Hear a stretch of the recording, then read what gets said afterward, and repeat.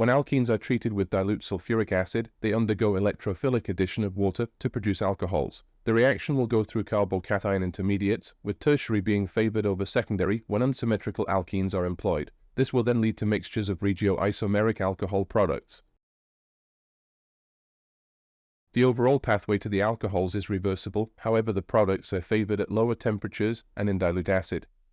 The alkene goes after the acid in the rate-determining proton transfer step to generate carbocation intermediates. Water solvent then traps the carbocations to give oxonium ions, which are then deprotonated by solvent to give the alcohols. In the first step of the reaction, the acid catalyst is consumed, and in the last step it is regenerated. The first step, the formation of the carbocation, is rate-determining. Here, proton transfer may occur at either carbon and at either face of the alkene to produce the 6-electron tertiary and secondary carbocations.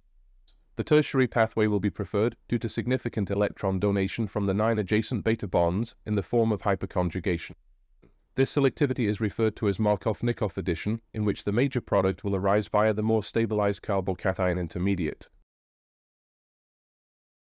The second step in this pathway is a fast trapping of the planar carbocations by water from the solvent to give the 8-electron saturated oxonium intermediates.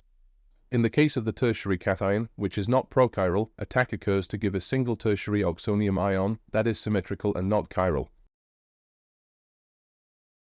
To complete the formation of the tertiary alcohol product, a molecule of water solvent acts as a base and removes one of the acidic protons from the tertiary oxonium ion in a fast proton transfer step.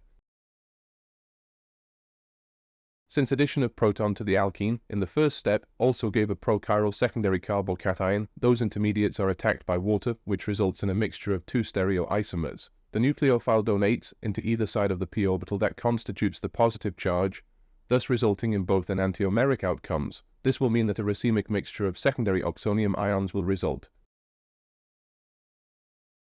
Fast transfer of a proton from the secondary oxonium ions to the water solvent will then complete the formation of the racemic mixture of secondary alcohols.